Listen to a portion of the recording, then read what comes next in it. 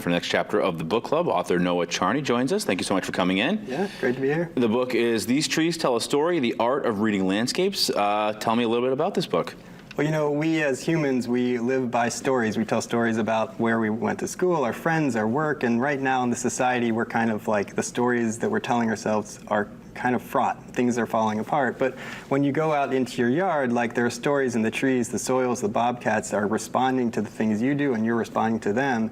And when you learn to see those stories, and when you learn that there's these unfolding narratives that have been going on for centuries and decades and millennia, that you are part of this bigger narrative, it is a little bit freeing and it's a little bit grounding, and it's kind of what we need right now, I think, is to go into your yard and learn to read the stories and learn to see how you're part of the trees and the things that are changing. And so this book is about a course I used to teach. It follows these students I would take out into the landscape, and they'd encounter mysteries in the woods, and they'd try to uncover, like, what's causing these? Why is this tree doing this? And how am I a part of this narrative? And so the book, you know, has some personal stories, and it sort of teaches you how to start to engage in the world around you and how to kind of like reconnect, look up from your doom scroll and kind of like find some joy and find some connection to the bigger world, the reality that we live in outside of society, perhaps. You kind of just hit on it, but based on your travels and your interactions with people, you felt like this is an important story because maybe people need something like this. Yeah, I think they definitely do. I think it's empowering. I think it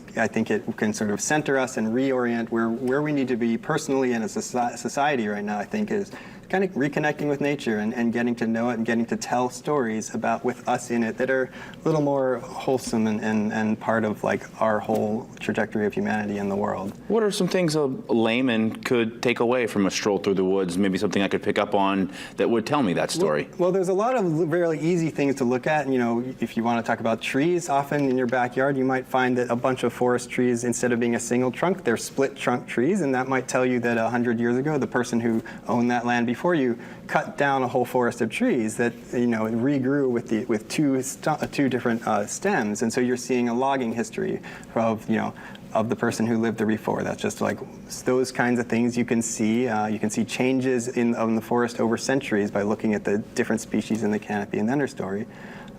Other things on short time scales, we were talking a little bit about bird language, right? Mm-hmm. You can, over the course of seconds or so, birds will tell you where there are predators, and so you can go out and kind of like listen to the birds, and they'll be making alarm calls or tell you, like, I found foxes that way. There's a story in the book where like our sick cat was missing in the woods, and like I found the call of, I think it was a Carolina wren way off in the woods, and it was alarming at the ground, and we were able to find the cat by like listening to the birds. And so they'll tell you about yourself and about what's going on in the world. So just short time frames, long time frames, things that you can read in the world. I have the Merlin Bird ID app, but I feel like that's some advanced bird listening. Yeah. If you're able to communicate and find a cat, tip of the cap to you. I think I'd have to read the book a few times to get to that level. I don't know. It's not that hard. A lot of these things are really simple. It's just about like opening your eyes and looking at really basic patterns. Right there for us. Just put that phone away and maybe embrace a little bit of nature, right? Yeah, we live in the Pine Tree State, after all. That's right. If people want to know more about you or where they can get the book, what should they do, where can I send them? Well, I'm at the Wildlife Department at UMaine. You can look us up and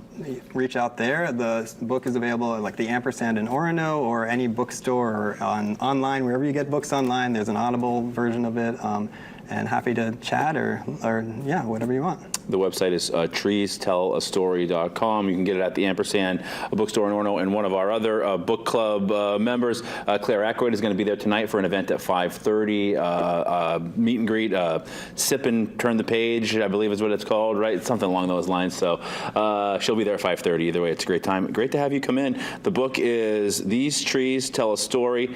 I see you got a little entourage with you. They want to come over and be on TV here real quick. Oh, come on over. Look at this. All right. Come right over here. Look, these. These kids tell a story as well. Yeah, here we go. Thank you so much. Yeah. Who do we have here? This is Juno and Alder. They're actually a big part of the book. First editors. They're the scale bars for a lot of it, and they're part of the story. So there you go. Yeah. Hey, thank you all for coming.